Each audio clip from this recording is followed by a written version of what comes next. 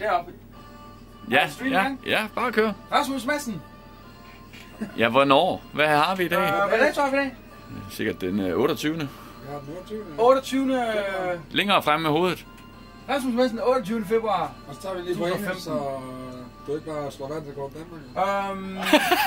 Nej, men hold op. Jo, kom nu. Skal jeg det? Ja. Rasmus Madsen, 28th February 2015. Og what are you planning to do?